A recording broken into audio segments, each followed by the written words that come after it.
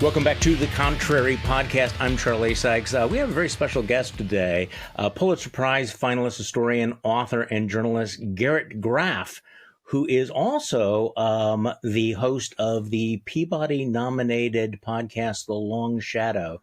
So, Garrett, thanks for joining me on the podcast. It is always a pleasure to talk to you, sir. Well, let me tell you the background of this story. I'm walking through my kitchen the other day, and my wife has the radio on, and it's tuned to NPR. And there's a voice on the radio, and she says, "You have to listen to this." And it was a discussion about whether or not America had actually tipped into fascism. And so I sat down and I began to listen to it, and it was lucid and terrifying and alarming. And Garrett, it was you. So I immediately said, I got to get this guy on the podcast. We have to talk about all of this. And it's been a while since we've talked. So let's just dive into this, because I think what was, and you published this in your newsletter, the doomsday scenario, that today is different than before. And it was dated August 25th, 2025. And you wrote, I think many Americans wrongly believe there would be one clear, unambiguous moment when we go from democracy to authoritarianism. Instead, this is exactly how it happens. A blurring here, a norm destroyed there, a presidential diktat unchallenged. And then you wake up one morning and our country is different, and today is different. So what triggered that? Why was last week different? Yeah, I think it was something that shifted in the air in America over the course of August. And again, I don't know that we can point to a specific moment, but it was the accumulation of all of these things that are not part of the American political tradition. And in August, it was things like, of course, the federal takeover of DC, the deployment of armed National Guard troops to patrol the streets of DC against the wishes of local officials, against the wishes of residents. It was it's the things that Donald Trump is doing to the economy. It is the fact that he's having the U.S. government take a stake in Intel, that he has, levied this presumably unconstitutional export tax on NVIDIA in order for it to be able to export its advanced AI chips to China. It's moments like where we have Apple's Tim Cook come to the White House and on camera hand the president literal gold in order to curry favor. But then it is also, a big part of authoritarianism is the way that the authoritarian believes that they are the one true source of taste and preference. And that, to me, has been a big part of what we have seen over the last couple of weeks, is Donald Trump beginning to interfere in our history, in the books that we read, in our culture, in what plays can be performed in which theaters across America. And even in the course of August, one of the things that really stood out to me, it sounds stupid, but it's not, is Donald Trump demanding that Roger Clemens be immediately inducted into the Baseball Hall of Fame. And, it is this idea that He's the emperor of everything. Exactly. Everything, that, right? Our culture, our history, our arts, our sports depend on the whims of this man and whether you are in his favor or not. And I don't know I don't know what to call it other than authoritarianism. So I want to come back to this, because you kind of break down, the occupation of the various cities, the threats, the extortion, rendition, purges, the way the courts have responded, the way the Democrats have responded. But you and I are talking the Monday after the president of the United States actually posted a meme from Apocalypse Now that he loves the smell of deportations in the morning. We all know, if you're of a certain age, Apocalypse Now, by the way, did not glorify the Vietnam War. And the original quote from the Robert Duvall character about "I love the smell of napalm in the morning." Our use of napalm is not considered one of the great moments in American history, but he's talking about Chicago has this AI generated picture of Chicago burning, and he says Chicago's about to find out why we call it the Department of War. I mean, are we just being trolled here, Garrett? Are we being numbed? Is the frog being boiled? What did you make of the president of the United States, at best, joking about declaring war on an American city? And again, I think you even have to take one step back from that, as outrageous as it is, to see how it builds on everything else that took place last week, where we start the week with Donald Trump basically as an aside in another Oval Office press conference saying that we blew up a Venezuelan drug smuggling boat with no due process, with no legal rationale, in a crime that every single legal scholar who has looked at it since says, is a war crime. And that, we partially know it was an illegal strike because the Pentagon is still working on coming up with a legal rationale for how they are going to justify the strike, which, again, I am not a lawyer, but I do know if you are looking for the legal rationale for your military strike after the fact, that means there was no legal rationale for it when you took that action. So then by the end of the week, you get to the insanity that sort of builds into the meme you're talking about, where Donald Trump just decides that the Department of Defense would sound better if it was the Department of War. I'm a military historian. I just finished my second book about World War II that came out in August, looking at the actual structure that led to the evolution of the Department of War, the Department of the Navy, and other entities into what was then called the Department of Defense. And, that was a legal act of Congress that is enshrined in statute. And Donald Trump sort of has just invented this new process for renaming it against, the stated wishes of Congress. And then when asked, do you think Congress needs to act on this to make this change real? He actually said, I don't see there's any reason that Congress would need to, which again, sounds very authoritarian to me. Congress. And to be fair, there is no evidence across the first 9 months of this administration that Congress feels that Congress is needed in Donald Trump's Washington. What's interesting about going back to the, blowing up the Venezuelan boat, this is really very consistent with what Donald Trump has been lusting for years. He's made no secret of his admiration for the extrajudicial killings in the Philippines under President Duterte. He's talked about immediate execution of drug dealers. You can tell that he's been itching to do something like this. And of course, we've all seen the movies, where the bad guys are blown up, very, very cinematic. But to your point, we don't know exactly who was in the boat. They haven't shared the evidence with us. They have said that they could have actually interdicted the boat. They chose to kill them anyway. There's a possibility that there were migrants in that boat rather than drug smugglers. And as you point out, no due process whatsoever.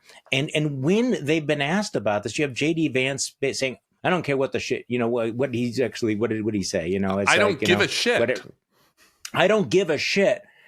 And was it, who was it? Was it Tom Cotton who was on, was one of the deplorable senators who was saying, I'm glad we didn't read them their Miranda rights.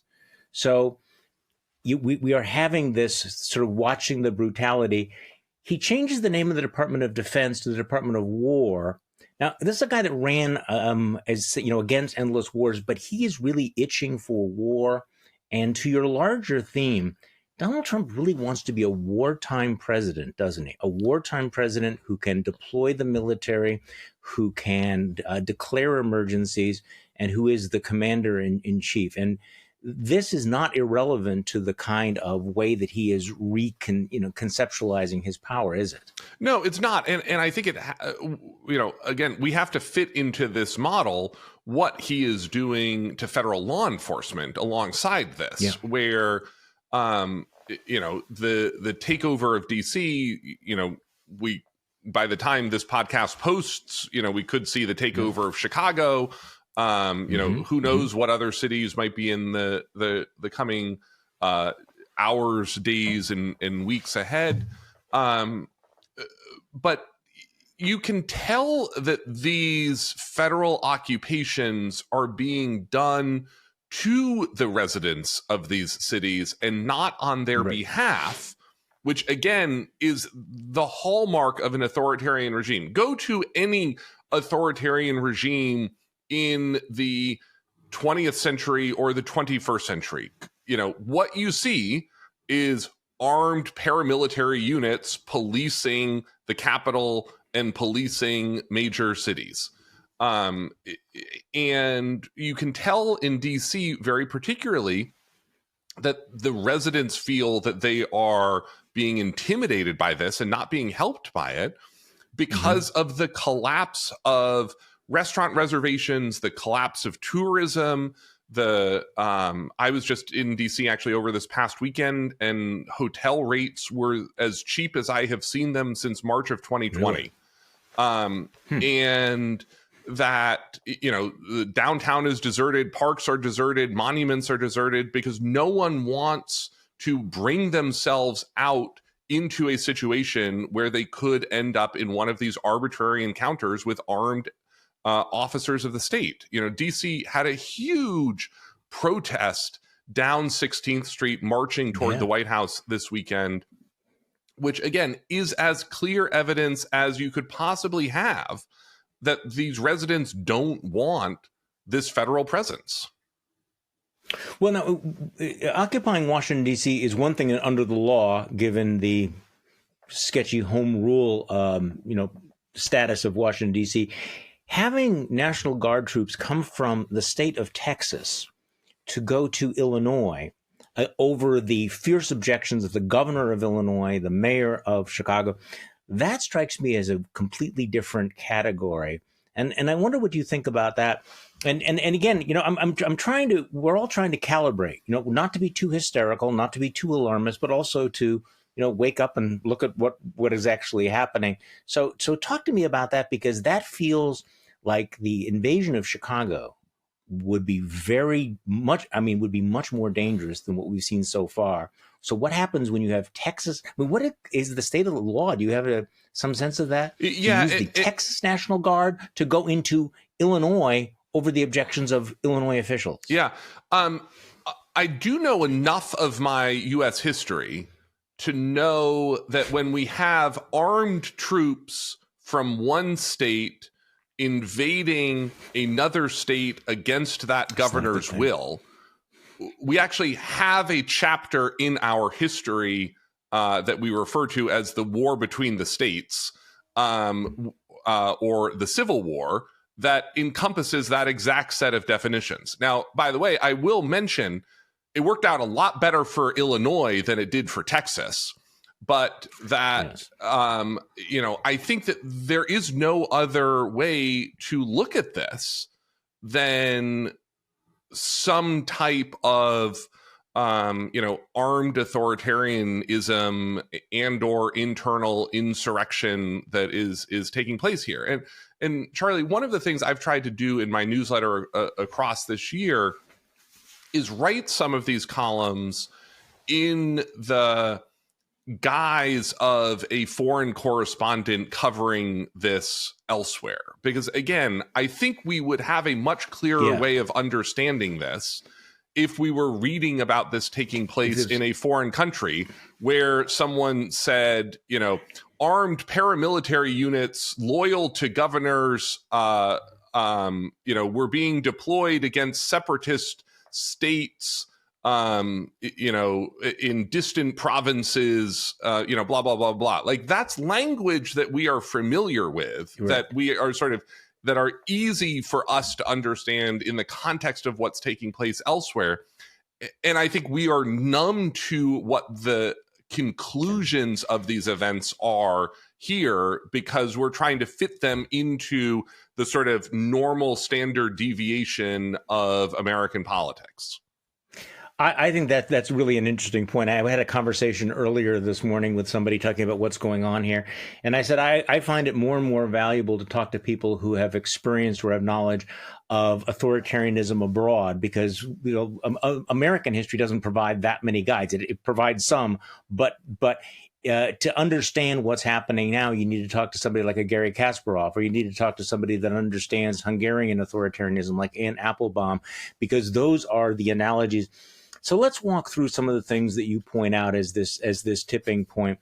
And again, everything seems so timely. Your second one was, you know, the president, you know, extorting, you know, private businesses. And we had another one of those scenes where the, you know, Silicon Valley moguls all, you know, trooped to the White House and sat around and made, you know, pledges of support for the president. You had Mark Zuckerberg there.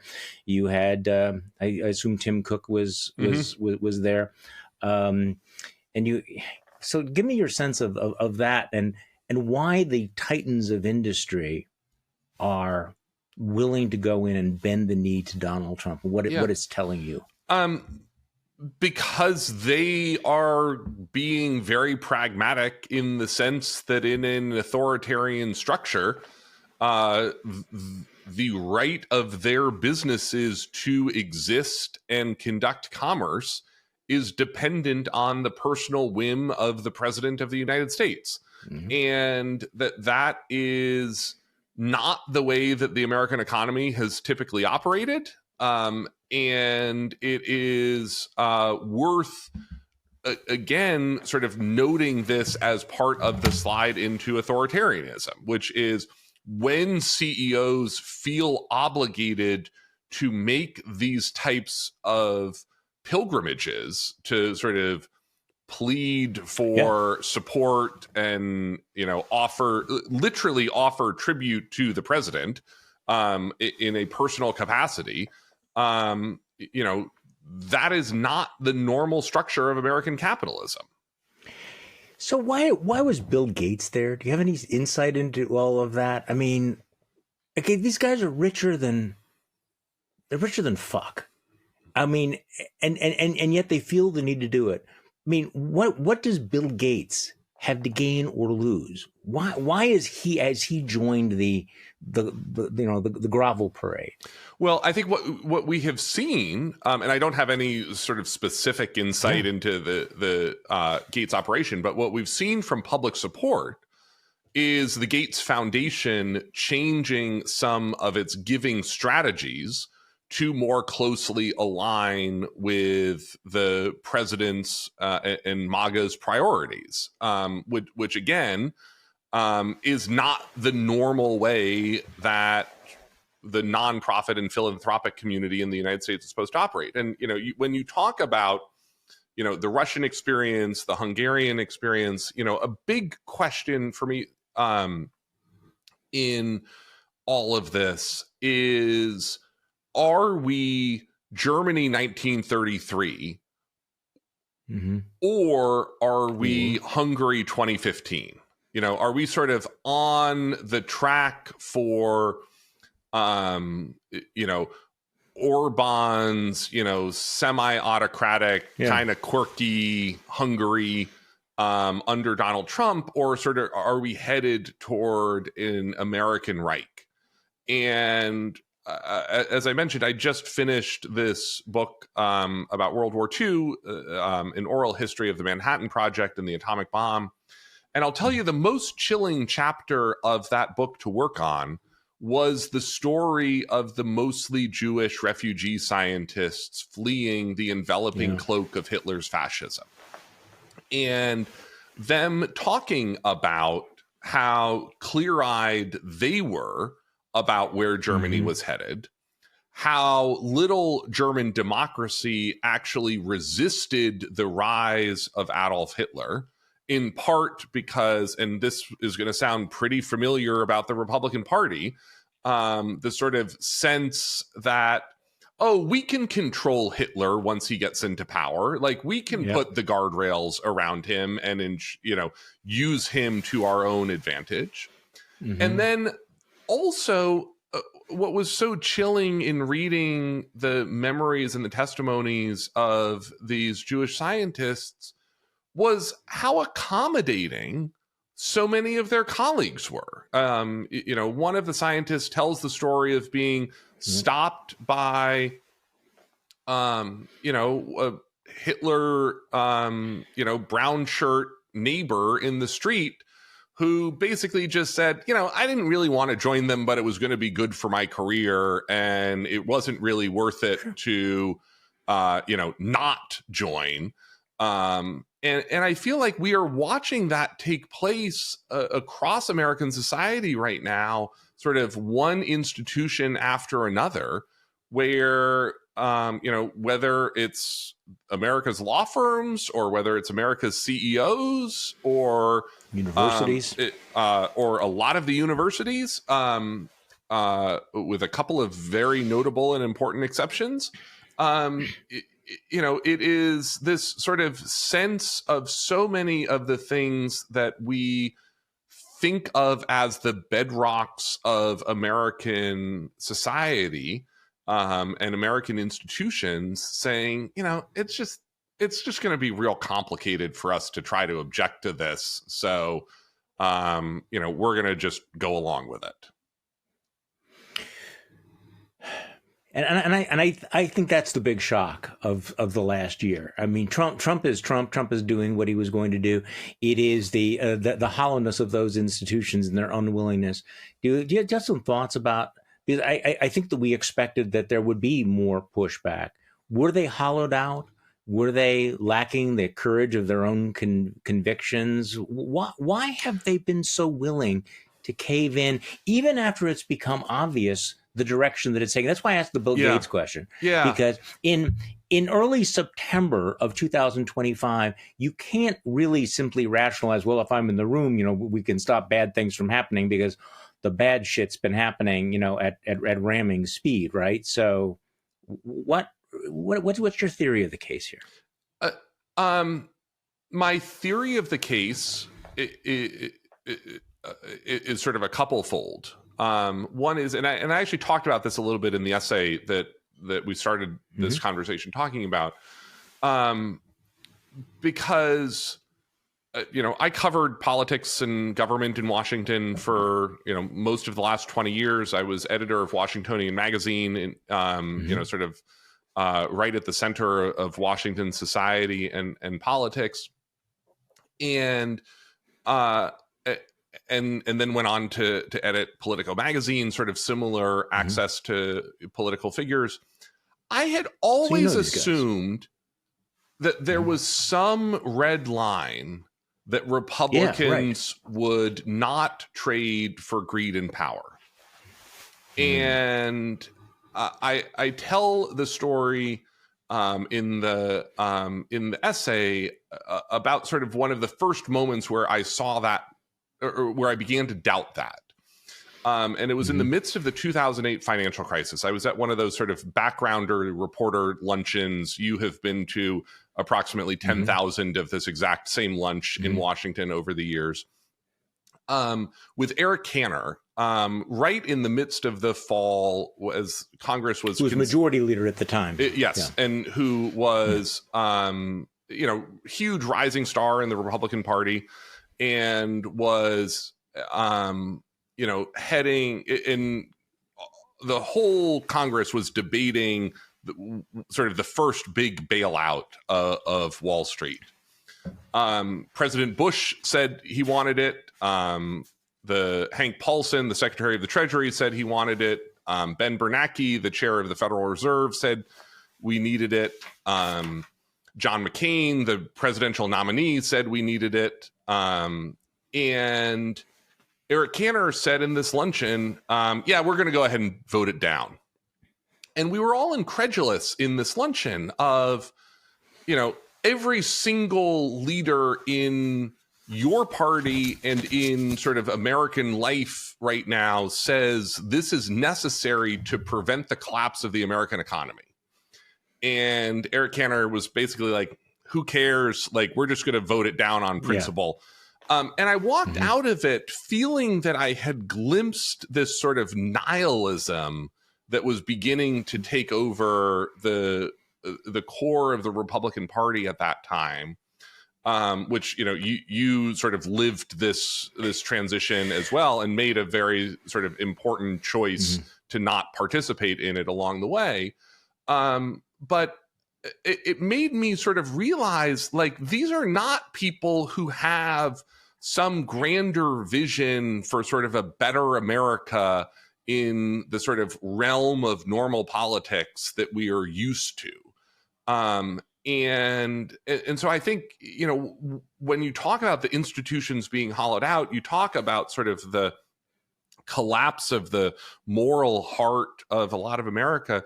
To me, Congress is right there at the start of it. And that the thing that I am most astounded by is not all of the sort of ancillary civil society and corporate and individuals who have collapsed this year.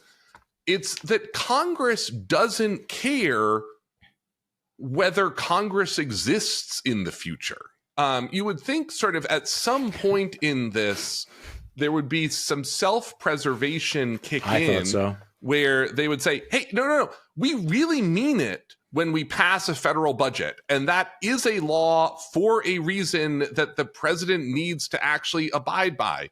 And you can't shut down agencies of government just because you decide you don't want them. You can't not spend the money. That question of impoundment was a core part of Richard Nixon's impeachment deliberations in the heart of Watergate, where you had a Congress that understood that it had an important role as a co-equal branch of government to hold the abuses of the executive in check. And the thing that's just astounding to me is watching all of Congress, on the Republican majority side, at least, just say, well, who cares whether the president abides by any of the laws that we pass? Like, I support what he's doing, and I don't care if all of our constitutional checks and balances are unheard of over right now.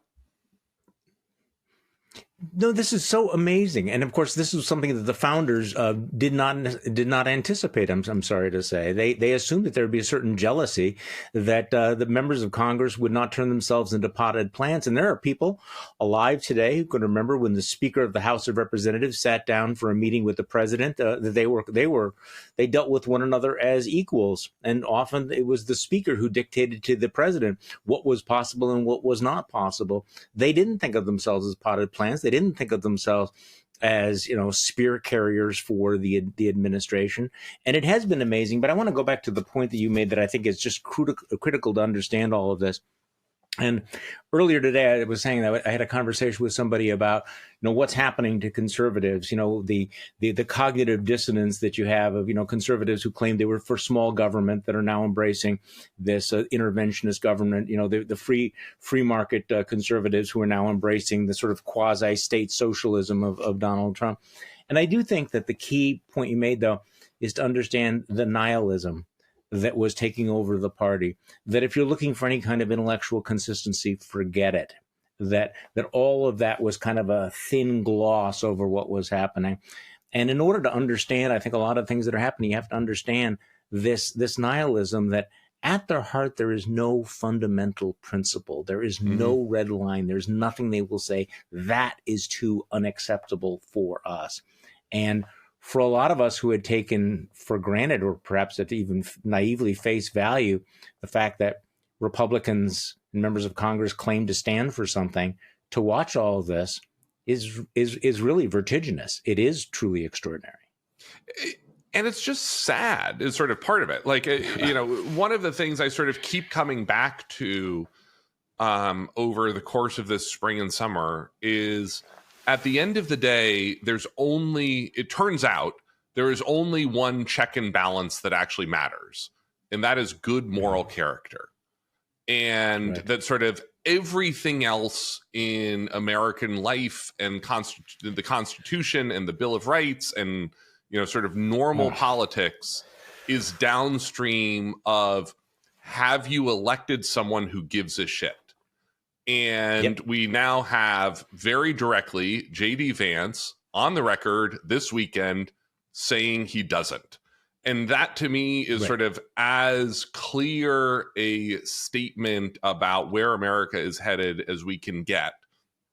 Because, go back to any other moment in modern American politics and imagine the vice president of the United States saying, I don't give a shit about international law. I don't give a shit about due process. I don't give a shit about, civil liberties and civil rights. That alone would be considered an impeachable offense for, a president or vice president. And, now it's something that the vice president is, putting out on Twitter himself.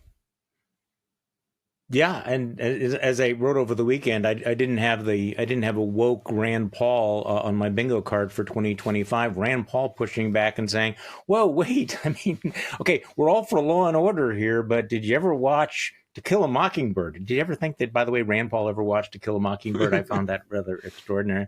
So, how are the courts? And a lot of people have put a lot of faith in the courts to limit this. That record has been, shall we say, mixed. Your take on that? Yeah, and I think is the court a reliable guardrail any longer? So I think you have to draw a little bit of a distinction here, which is the lower courts and the appeals courts have actually held up very well. We have seen very brave legal decisions that, not to put too fine of a point on it, like follow the law and sort of follow precedent and, respect the constitutional checks and balances and system that we rely upon. Where it has all fallen apart in recent years, and particularly beginning last summer with the presidential immunity ruling, is at the Supreme Court. And that we have, as of last week, there was this really stunning article that NBC did of getting district court judges on the record criticizing the lawlessness of the Supreme Court. And I have sort of talked about this over the course of this spring and summer. Again, I don't think you can sort of separate the collapse of Congress from the collapse of the Supreme Court for partisan means, but like all of this talk that we are living through a constitutional crisis, I don't think is reflective of reality. And what I have referred to it as is it's a constitutional crash, because a constitutional crisis implies that there's tension between the branches of government, that there is sort of some unanswered or disputed area of power and who's using it to what ends. And what we have seen from the Supreme Court is this sort of broad-based broad-based embrace of a unitarian executive authority that basically sort of, in ruling after ruling, the conservative majority led by John Roberts basically says, oh man, it's not up to us to question what the president does. He's the president. He can do what he wants. And I can tell you, as someone who wrote a book about Watergate, when Richard Nixon said, if the president does it, it's not illegal. Right. No one actually believed that to be true in the 1970s. That was Right. sort of seen as a obviously wrong and sort of insane interpretation of presidential power. And yet it has become basically the precedent for everything that John Roberts looks at. Is this sort of sense of, hey, we're just calling balls and strikes. And as far as we can tell, the president only throws strikes. Well, looking back on it, I mean, it's hard in the sweep of history, to put your finger on something, but that immunity decision from last year, the grant of such sweeping immunity to the president, I think is going to be one of the landmark decisions, one of the real, I'm sorry to overuse the term, inflection points of our time, because everything that you're talking about here does seem to flow from the sense that the president can do anything, that there are no limits, that the president cannot break the law. And right now, Donald Trump can surround himself, with any number of, thugs or brute squads and tell them, whatever you do cannot be legal because I'm immune and I can pardon you. I have between the unlimited pardon power and the immunity of the president. We really are faced with this completely unaccountable, potentially lawless administration. And I think that shapes almost everything that we're talking about. So let's talk about how the Democrats have responded. You are critical. You said the response by Democrats has been unconscionably weak. What do you mean? Yeah, I think. What are you unhappy about? Well, so one of the things that sort of stuck out for me last week, and again, this came after my original essay, was we saw this sort of very weird trial balloon from the Trump administration, so probably less a trial balloon than something that they are actively working towards, which is trying to suspend the ability of trans individuals to own firearms. And what? There's that because sort of the one shooting in Minneapolis. Set against the backdrop of sort of this moral panic that they have stirred up across America about the 7 people in America playing sports who happen to be trans, which does not normally rise to the level of the president. And one of the things that sort of stands out for me is, for all of that, I think, very true headline that we are living through, the satirical headline of, the NRA forgets to rise up against tyrannical government. We actually did see the NRA come out at the end of last week with a very strongly worded statement saying that they would oppose, taking away guns from trans people. And that sort of steps further than any Democrats seem capable of doing these days. And what strikes me is just how outmatched and outgunned Hakeem Jeffries and Chuck Schumer seem to be at every turn. And that sort of every step of this spring and summer, they say, we're not going to swing at that pitch because it's just a distraction. As if there's sort of some perfect pitch that they're all waiting for that they are actually going to swing at. But as we have spent the last 30 minutes talking about, we're so far down this road now, I don't know if you haven't swung at the pitches already, I don't know what pitch you might be willing to swing at. So the most interesting debate right now this week, in terms of tactics, is the question of should Democrats shut the government down, or the flip side of that same question: should Democrats continue to behave like it is normal and help Donald Trump keep the government open? Ezra Klein had that big column in the New York Times over the weekend, making the point: you guys may have made the right decision a few months ago not to shut the government down, but given what's happening right now, That's got to be your play. What are your thoughts about that? I mean, this is a complicated issue. There's, lots of arguments on this. This is not the normal tactic of Democrats, because Democrats like government, right? They don't like to shut government down. But what do you think? Because so far Congress has not been able to use much leverage. The Democrats have been completely powerless. Should they keep the government open? Yeah, I think to my view is the thing that the Democrats have not understood is that friction matters. That the only tactic that they're not going to be able to stop much, but the tactic needs to be at every stage that friction matters, that sort of delaying the worst for a few hours, a few weeks, a few months actually does matter in this modern moment. And one of the things, you were sort of coming up to, you were talking a little bit about this in your last comment there. Part of what I think we need to understand is this is a president that is just operating without any of the guardrails of the first term. And I don't mean that in the sort of legal sense. I don't mean that in the constitutional sense.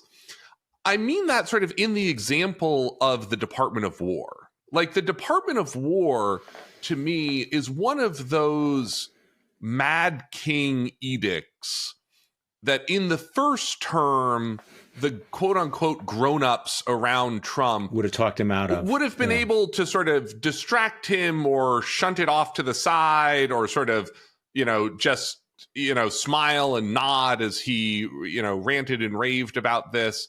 And you wouldn't ever actually see us do something as monumentally dumb as issue an executive order, basically Gulf of American our Defense Department.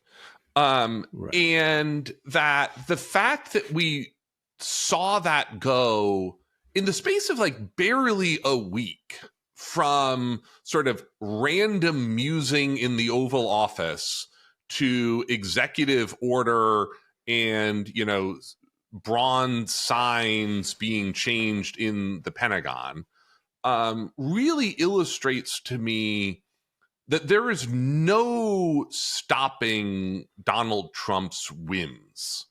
And what Democrats, I think, just haven't wrapped their minds around in this yet is that reality, which is there sort of is no deal to be made here, for the better future of America. There is no, sort of agreed upon framework that we can actually trust Donald